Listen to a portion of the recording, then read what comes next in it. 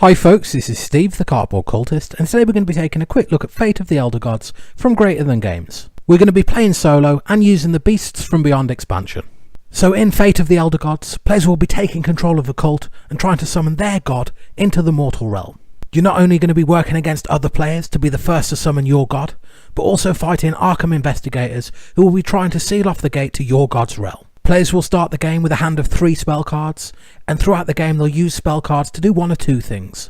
Firstly, they'll use their spell cards to navigate around the game board. The back of the spell cards show astral symbols which match the various locations on the game board. To move, you simply play a spell card at the current location of the Fate piece. And the Fate pieces are those awesome Cthulhu statues around the edge of the board. In solo and 2-player games, you'll be using 2 Fate pieces, but in 3 and 4-player games, you'll just be using 1.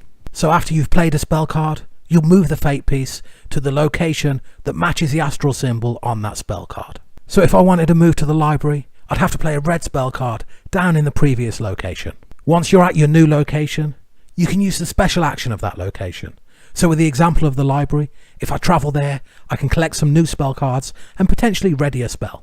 And that brings us on to one of the other important things you can do on your turn. On the front of your cards, you'll have various cool spells you can trigger to hasten the arrival of your god. And the currency you use to ready a spell will be the astral symbols that have been left at your current location.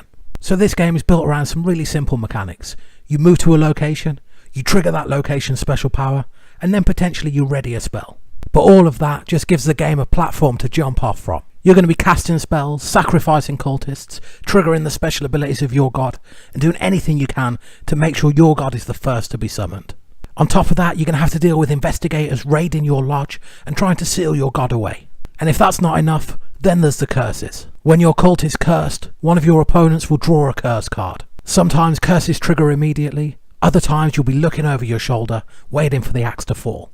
And all these little mechanics and ideas really help to bring the game to life. If you're a Lovecraft fan, I'd definitely recommend checking this one out. And if you can get it with the Beast from Beyond expansion, I'd highly recommend it, as it just adds more carnage to the table. But until next time, as always, take care and thanks for watching.